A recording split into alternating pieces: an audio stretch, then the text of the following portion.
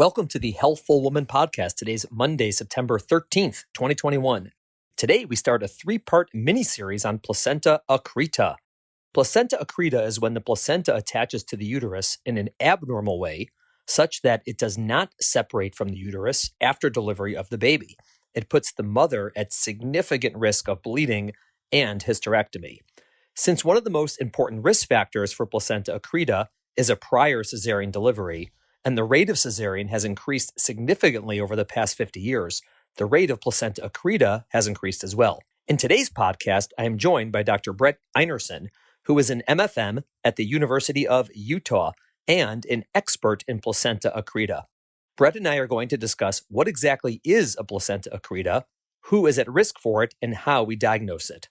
Next week, Brett and I will talk about how we manage placenta accreta during pregnancy and at the time of delivery.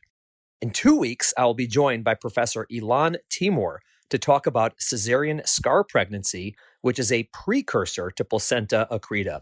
So that's the accreta mini-series all mapped out for you. Interesting stuff. A few more highlights for this week. First, in honor of Yom Kippur, which is coming up later this week, we are going to be re-dropping our podcast from last year, Jewish Fast Days, Can Pregnant Women Try to Fast, with Dr. Stephanie Melka. This is going to drop tomorrow morning. Later this week, we're going to have a high-risk birth story. So, lots going on this week. For now, enjoy the beginning of our mini-series on placenta accreta. Thanks for listening. Have a great day.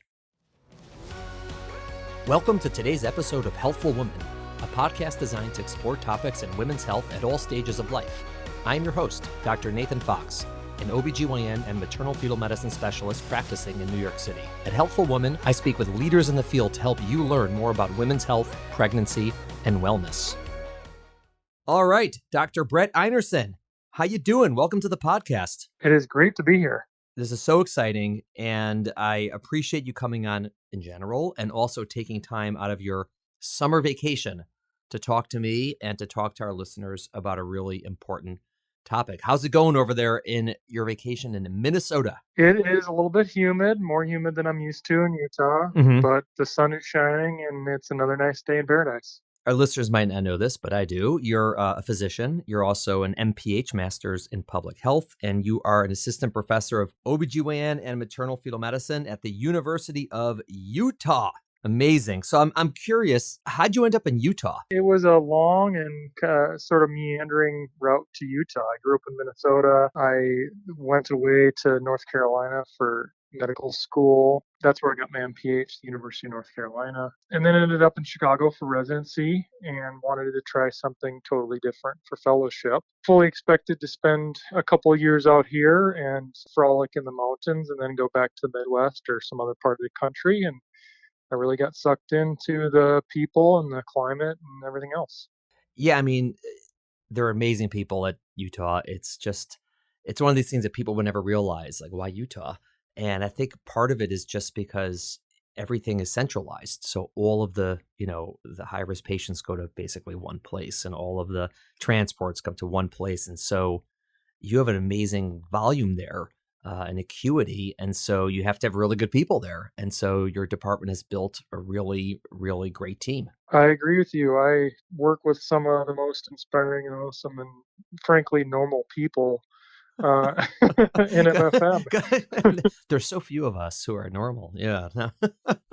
Tell me about your time in Chicago, because that's my hometown. So say nice things. You were at Northwestern? That's right. Went to Northwestern for residency. I loved Chicago. It was totally different than I expected it to be.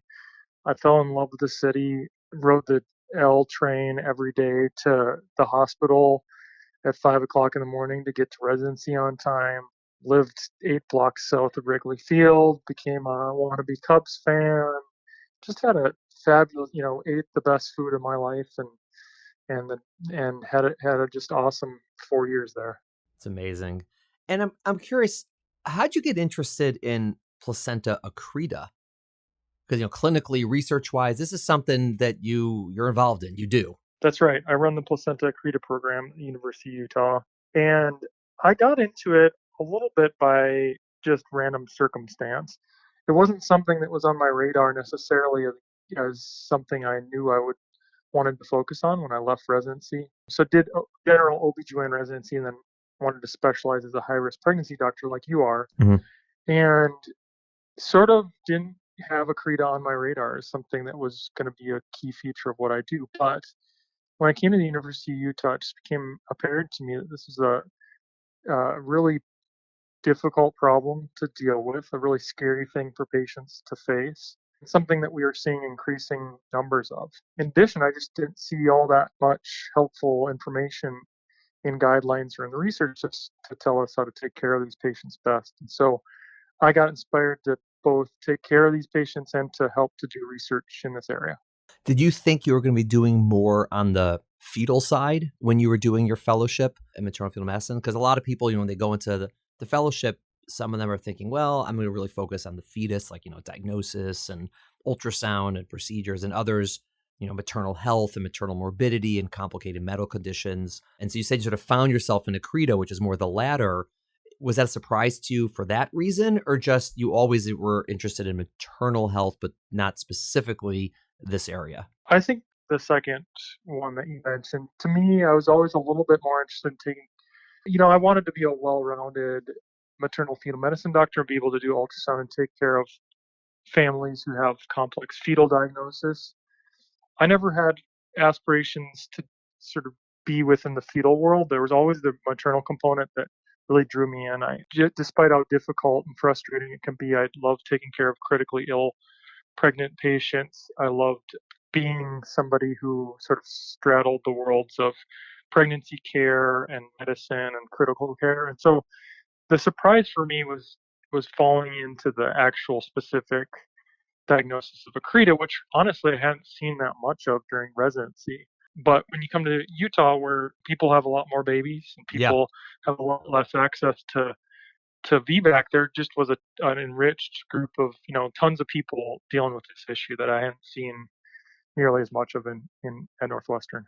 And the reason that there's a lot of women they're having a lot of babies is because of the high Mormon population? Not just Mormon, I think Uh-huh. it is. I think Utah is one of the only states in the country that's still sort of actively replacing the population with more people than are passing away. It's just big families are a part of the culture here, whether that's Mormon or other cultural issues. People have big families. In our little circle in New York City, we have a similar practice because we have a lot of women who have a lot of babies. We're doing women's, fourth, fifth, sixth, seventh, eighth cesarean. And as we'll Yeah. talk about, that's one of the ways you start taking care of people who have accretas as well. The volume goes up. And as you see with more cesareans, there's going to be more of this complication. It's interesting that you talk about critical care and medicine because these are really involved. But accreta, as you know, and our listeners will learn if they don't know already, is very much a surgical field. Also, it's really hands-on operations. And was that something that surprised you that you were doing a lot of these, or were you always like in residency? Were you really interested in oncology and doing those complicated gynecologic surgeries as well? Yeah, in residency, I kind of was one of those people who loved everything and saw myself doing all of it, Hmm. but also recognized pretty early on that I wanted to be the expert of something that was difficult to master. And so it's hard in residency because I wanted specialization so I could be that expert. But specialization oftentimes means giving up a skill set that you learn in your more general training. And I really lamented the potential loss of some surgical procedures and skills in going into maternal fetal medicine. It was a hard decision for me because I did love surgery. I gravitated toward surgical procedures, but ultimately what drew me into MFM was pregnancy and pregnant people and their families. And I loved that time in a person's life when they're going through that sort of, really life defining event. Pregnancy for me is endlessly fulfilling to help take care of patients and difficult. And so I knew I would always have challenging cases, challenging patients, and happy and sad situations going into MFM. But I did worry that I was going to lose out on some of the surgical skills that I had developed. And so Accreta came along later in fellowship, and I was like, gosh, this is actually kind of a way where I can continue to flex that muscle I've been training in residency in terms of surgery, but stay within the MFM realm. It's interesting. And, around the country, people who take care of women with accretas, some of them are OBGYNs, some of them are maternal-fetal medicine specialists, some of them are GYN oncologists, some of them are general surgeons. And it's really it is a very complex surgical technique that needs to be used. And so people can come at it from different angles. And it's great that you got to continue to do that. So good work. Good work, Brett. Thank you. Let's delve into placenta accreta itself, because we've been talking about it for a few minutes and some of our listeners might not even know what we're talking about. How do you explain to people just in general, what is a placenta accreta? I tell people that the placenta is normally an organ that detaches easily, comes off after the delivery of the baby. So it comes off of the surface of the uterus without any difficulty, or usually without any difficulty. And placenta accreta is what happens when the placenta finds its way into an area of the uterus that's been scarred, either by cesarean or another procedure. And when it sets up in that area early on in gestation, it really digs into the muscle. And that's not a normal place for a placenta to be or live throughout pregnancy. So at the time of delivery, what happens is that the placenta doesn't come off easily. And as a result, it either has to be sort of physically removed or surgically removed in a way that causes a lot of bleeding. And so that's the way I describe it to patients, is that it's a placenta that just does not detach in the normal way. Additionally, I tell people as they start to learn more about it is that it's a problem that really transforms the normal blood vessels into something much scarier. So blood needs to flow through the uterus to the placenta normally for a placenta, but in placenta accreta it is really set up abnormally so that the blood goes sort of directly into the placenta, and when you remove that placenta, you can have really rapid and life-threatening bleeding. When we talk to people about, let's say, risk of an accreta, like before they're pregnant, and they're like, well, what's the big deal if the placenta gets stuck? It's sort of harder to take out. And, you have that all the time. You have to, get something out that's not so easy to do. So why do we care so much? You said there's a risk of bleeding when the placenta comes out. But I think just to sort of quantify that, we're not talking about like bleeding, like a nosebleed. We're talking about hemorrhage, right? This is like people can, totally lose their entire blood volume quickly because these blood vessels are so huge. So that's one of the big things, that there's a major risk for hemorrhage. What else are people at risk for if they have an accreta and it's not treated properly? So if we don't know about the diagnosis of accreta, it can be a really life-threatening situation. The main issue is rapid bleeding, like you state. I mean, the way that the gynecologic oncologist one of them who trained me, called it the potential for audible bleeding. You can just have, bleeding that is so rapid that it just fills up the entire body within a matter of moments. So that's a risk, as we've stated. The other problem is that it is very difficult to take care of this problem without removing the uterus. And while some alternatives to hysterectomy, which is removal of the uterus, have been proposed internationally, it's still kind of a difficult to perform procedure and something that has risks unto itself. So most women in the United States who have this diagnosis will end up with a hysterectomy at the time of their delivery, which of course means that their potential for fertility in the future is lost as well. With massive blood loss, some decent proportion number of women will end up in the intensive care unit afterwards, because when you lose a lot of blood, we have to give a lot of blood to keep you alive. And as a result, your body needs some time to transition. So we can't do that very safely in the normal postoperative or the postpartum unit. Oftentimes we'll have to be in the intensive care unit. The last big thing that I think about is that because the placenta grows into the spaces in the uterus and pelvis that it's not supposed to be, there is oftentimes damage to other organs in the pelvis. The most common one is the bladder. So oftentimes the bladder has to either be cut into or is already involved with placenta in a way that means that the bladder has to be partially resected or partially cut into and then repaired to safely get the uterus out. Like you said before, I mean, this is a surgically complicated situation, a life-threatening situation and something that, a lot of people haven't even heard about until they come into the office and get the diagnosis.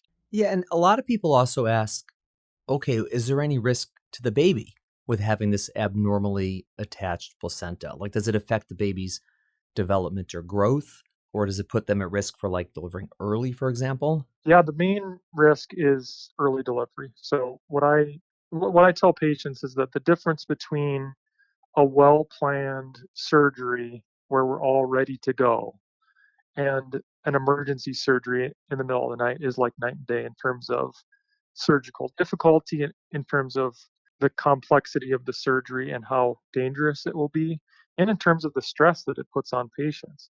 The problem with Accreta is that it sort of sits in an area that makes the uterus mad, for lack of a better word. And oftentimes, patients will go into labor or break their bag of water earlier than they would have otherwise because of placenta accreta.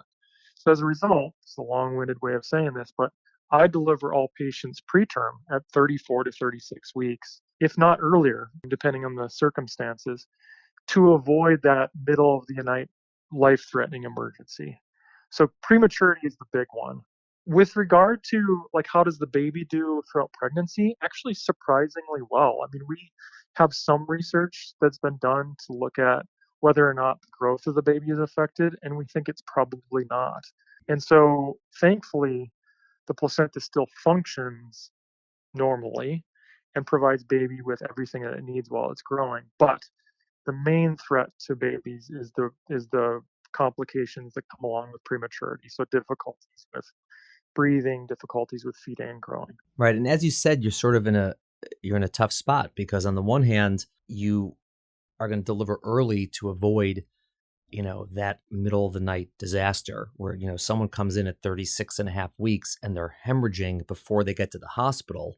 It could be the difference between life and death, literally. And then, so you're right. Absolutely. You're like, okay, so we can't have that. Like we just have to avoid that because it's not an option that anyone wants to have. And so how early do you deliver? Because we don't know when someone's going to go into labor on their own or when their water's going to break. If we had a crystal ball, we would do it the day before, right? We would just say, okay, Exactly. take that day and subtract one and let's do the operation that day. But since we don't know, you have to sort of do it early enough that it doesn't happen, but not so early that the baby is so premature that he or she's going to have very severe complications. And so we do it around the same time. I think most people in the U.S. do it in that, like you said, the 34 to 36 weeks and potentially earlier if more things are going on. But that's a significant risk potentially. And also you can have that plan and it doesn't work. Someone going to labor, a day before you had it scheduled and the same problem could happen. Do you ever admit people to the hospital beforehand for X amount of time leading up to the delivery?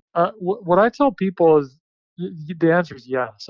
What I tell people is that to stay out of the hospital, it kind of has to be the perfect storm of everything's going right. Like your pregnancy's been uncomplicated, you're not having any labor contractions, you don't break your bag of water early, you don't show any signs of preterm labor, you don't have a lot of preterm births in your past.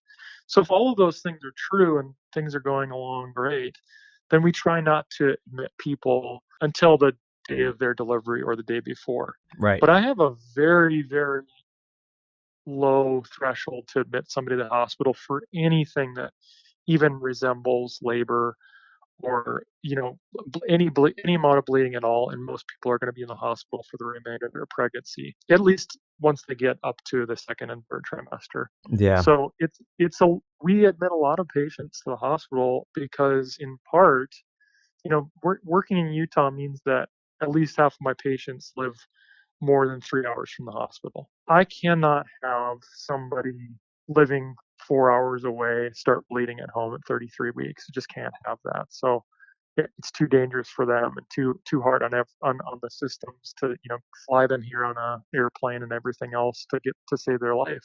So if patients are coming from a long ways away, I have them move to Salt Lake City and stay in some of the housing that we have set up for them.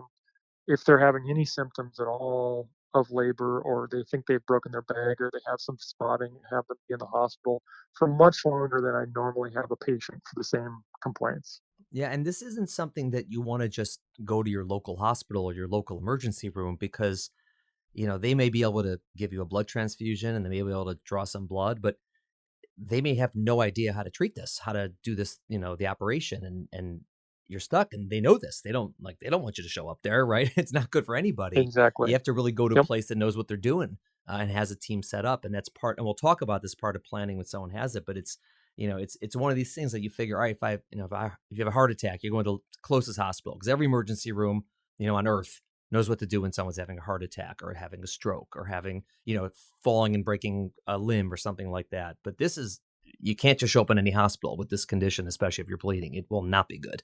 Exactly right. Most hospitals in my area of the country don't have enough blood to keep people alive for Yeah. this problem if they start bleeding.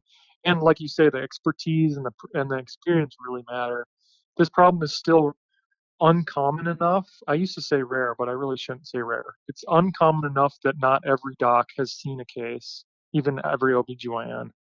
And even if they have a healthy fear of it and know what their hospital can or can't handle. And the reality is that most hospitals do not have enough blood in their blood bank to safely keep people alive if they start bleeding heavily. So you're totally right. Experience matters. The blood bank matters. The number of cases that doctors take care of every year really will make a difference in how patients do once they start moving towards delivery with this problem. Right. Well, now that we scared all of our listeners into them thinking, oh my God, what if I have a placenta accreta? It's not going to be good. What are the risk factors? Like, how would someone know that they're even at risk for this? Now, I will say that anyone who's pregnant could have this. It could happen in someone's first pregnancy. I've seen that where it's totally unexpected. Nothing is suspected. It happened at delivery, but that is exceedingly unusual, right? That's really, really, really, that is rare. But what is a sort of a setup for this? Who should think I'm at risk for this and I need to be sure this isn't going on? If your listeners listen to one moment in this podcast, I want to say that what you've just said, what I'm about to say, is probably the thing that I want them to take home more than anything. If you've had C-sections, one or more C-sections, and your placenta is low in your uterus, you are at an extraordinary risk for having this problem. And it doesn't mean you're bound to have it if you've got a low placenta, which we call either a low lying placenta or a placenta previa and a prior C-section. But you're just at significantly higher risk for this problem. And so if you have had C-section before and have a placenta that's set up low, I think you've got to have an expert who knows something about this problem. Take a look at your history, take a look at your ultrasound, and figure out whether or not you're at risk. Yeah. And I think one of the reasons this is so confusing for patients is the terminology, there's overlap. People hear placenta previa, people hear placenta accreta. They're both sort of like weird terms that both have the term placenta in them. They're very different, right? Previa just means it's low down covering the cervix. It's like the location of the placenta is really what it indicates. And accreta means whether it's stuck to the uterus or not, which can happen anywhere in the uterus. And so they spend the first half of the conversation trying to figure out what's the difference between them. And then the second half is when we tell them they're linked. That if you have a previa, it happens to increase your risk of an accreta, and then it starts getting really confusing. But yes, for whatever reason, and there are histologic reasons, but it is absolutely true, when the placenta implants low down in the uterus, that is not where the uterus wanted it to implant, and it's much more likely to be an accreta. And then if there's a scar there from before, because we make the cesarean scars low in the uterus, it just compounds that risk entirely. And I know you know these stats. It's really crazy. Like if you don't have a placenta previa, the chance of having an accreta is 1% or less for pretty much everybody, unless you're the person who's had 5, 6, 7, 8 C-sections, something really high number, right? If you've had 1 C-section, 2 C-sections, and your placenta's in a good spot, you're at very, very low risk. But if you have a placenta previa where it's in the wrong, not the wrong, but a very low down location, it could be 2 to 3% risk of accreta on your first pregnancy. It's 10% if you've had a cesarean before, and it's 40 or 50% if you had 2. So the woman who comes to me with 2 prior cesareans and I diagnose a placenta previa, it is like, all right, we have to assume this placenta is stuck unless, we can, every single picture shows it's not. And even then we're worried when we do this, the operation that it could be happening. It's always on our minds. And that's really important because I don't think everyone out there knows that they're at risk. That's exactly right. I give talks to sonographers and people who read ultrasound in the community. And the thing that they invariably somebody will ask me, what's the most important thing I need to look for on an ultrasound when a patient comes in to figure out if they've got Accreta? And I think they're expecting me to say, well, if you turn on the Doppler flow, it sort of looks like this, or if the placenta has this characteristic sort of lakey looking appearance, then that's the thing that's most reliable. No, it's, does this person have placenta previa? Is the placenta low? And if it is, that's a whole different risk category than anything else. So one of my slides in the slide deck that I have is, don't forget, previa is a sign of Accreta. There are other operations people can have on the uterus that will increase the risk. It's not just cesarean. It could be a scar from a fibroid removed, or something called Asherman's where there's scar tissue, or, DNCs for miscarriages or for abortions. And, they're all there. But again, the risk is always higher with the previa. And why is there no great diagnosis for this? Meaning, unfortunately, when people come to me, I can tell them, you have a very high chance of this, you have a low chance of this, you have a medium chance of this. But why is it very rare that you could say you absolutely do have this or you absolutely don't have this? Unfortunately, we're just at a place where we don't have the tools to tell somebody definitely yes or definitely no, like they do in some other areas of medicine. So we try to use ultrasound to determine if people are at risk, if they've got a previa, is this an Accreta or is it not? But the reality in our practice, I'm sure you know as well as I do, is that sometimes it doesn't look all that bad.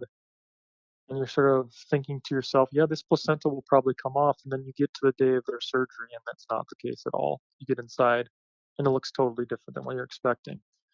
And vice versa, sometimes you look at a placenta on an ultrasound, and it sort of gives you that little bit of hesitance. You're like, I don't really like how this is looking. And then actually, by the time delivery comes around, it's not looking too bad at all. So what I would say is that a lot of the signs that we think show that you might have Accreta are just normal signs on ultrasound. Unfortunately, we can't be super reassured one way or the other, either reassured that you don't have it just based on an ultrasound, or totally worried at your first ultrasound. So oftentimes what we need to do is take a look at how the placenta acts over the course of pregnancy. And then ultimately, we can get other tests too. People are developing blood tests to try to make a better diagnosis of this. People have tried to see if MRI can be helpful, which is a more advanced test that you can get to look at the placenta. But ultimately, it comes down to, how does the placenta look on the inside and how does it act after delivery? One of the things that just, really frustrates me for patients is the uncertainty of all of this. You go to the expert expecting to get the yes, no, and what you hear is, I think you're at risk. We're going to have to wait and see until the time of delivery. Yeah, it's definitely unsatisfying. One of the ways I explain to people, and most of the time when I'm explaining it to like the residents or the students, because they're not freaked out, in this conversation, because with patients, it's a whole different world because they're worried. So, and I'll say, I'll put my hands together, like clapped together, and I'll say to them, how would you tell if there's super glue between my hands holding them together versus not? And there's no way to know, right? Because the attachment of the placenta to the uterus that's abnormal could be microscopic. You wouldn't see it by ultrasound until if I try to peel my hands apart and there's super glue, well, when the skin starts falling off, you'll know it's super glued. And it's the same thing with the placenta. And that's sometimes how it is. So when they present to patients as, okay, this is, Mrs. Whatever, and she has 4 prior cesareans, she has a placenta previa, but it looked normal on ultrasound. And I'll be like, I don't really care. like that's great. Exactly. That's Exactly. nice to know. Better it looks normal than it looks abnormal. But we're still going to be prepared because just statistically, there's like a 70% chance it's going to be an Accreta. Yes.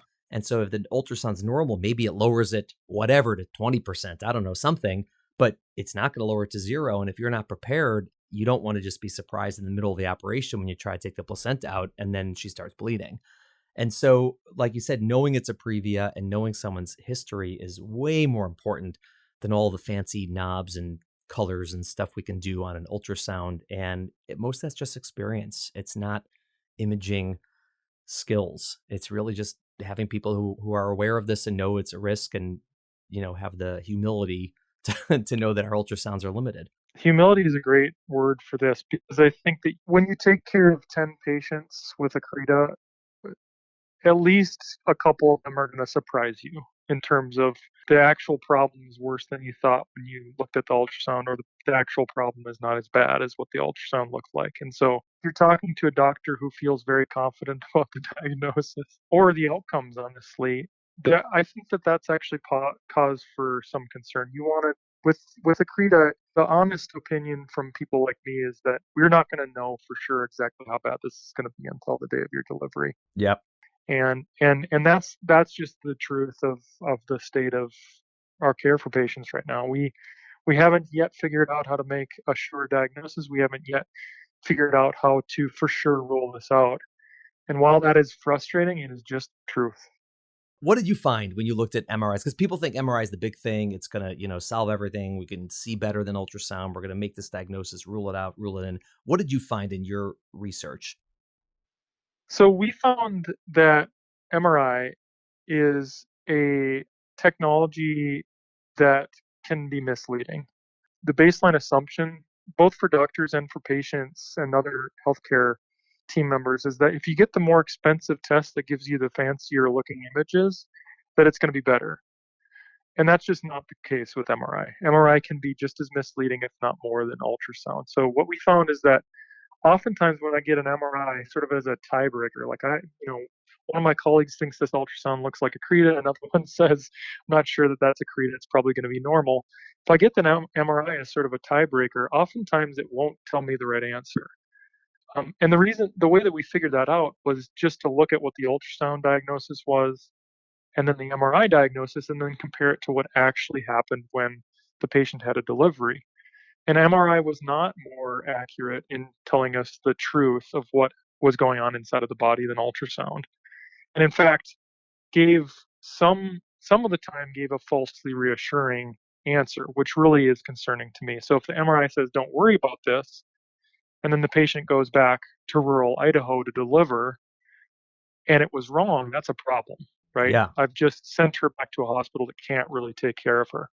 So I think that MRI is imperfect, just like every other test that we have, but it's a fancier and more expensive test with fewer doctors who actually have the expertise to read it. So my preference is to start with ultrasound and rely heavily on it. Now, there are probably some situations in which MRI can be helpful. There are certain locations in the uterus where the placenta can be difficult to see with ultrasound. In that case, maybe MRI is helpful. But I love your analogy with the superglue between your hands, because whether you're doing an ultrasound or an MRI, neither test knows if the superglue is there. Yeah. And I think there's this idea, especially, maybe I'm speaking to doctors more than patients when I say this, but like MRI doesn't have a better way of distinguishing between those microscopic changes than ultrasound. Yeah. Despite the fact that it costs more and takes more expertise to read and all the rest. Yeah. And also typically when you're having an ultrasound, well, not typically, frequently, it's going to be by the person who's going to be taking care of you, or someone who has the same career, at least, as the person taking care of you. Because a lot of them around the country are done by OBGYNs, maternal-fetal medicine doctors, whereas MRI is done by radiologists. And it's not a knock on radiologists. They don't do gynecologic surgery. They don't, right? It's not their specialty. And so there is some, level of that in interpretation. And if I recall, one of the interesting things in your study was that if you had an ultrasound diagnosis and the MRI changed it, said, no, it's not A, it's B, it was just as likely to change it from a wrong to a right diagnosis as a right to a wrong diagnosis, right? It was just as likely to mislead you as to lead you in the right direction. It's like 50-50, wasn't it? Yes, and most concerningly to me is that it was frequently the misdiagnosis was a downgrading, meaning ultrasound, you're a little bit worried, MRI says no big deal, this person can deliver wherever you want them to, and that was wrong. Hey everyone, I hope you enjoyed part 1 of my discussion with Brett Einerson on Placenta Accreta, explanation, risk factors, and diagnosis. In part 2, we're going to be discussing management and delivery, so stay tuned for that podcast next week. Thank you for listening to the Healthful Woman podcast. To learn more about our podcast, please visit our website at www.healthfulwoman.com. That's HEALTHFULWOMAN.com. If you have any questions about this podcast or any other topic you would like us to address, please feel free to email us at hw@healthfulwoman.com. Have a great day. The information discussed in Healthful Woman is intended for educational uses only and does not replace medical care from your physician. Healthful Woman is meant to expand your knowledge of women's health and does not replace ongoing care from your regular physician or gynecologist. We encourage you to speak with your doctor about specific diagnoses and treatment options for an effective treatment plan.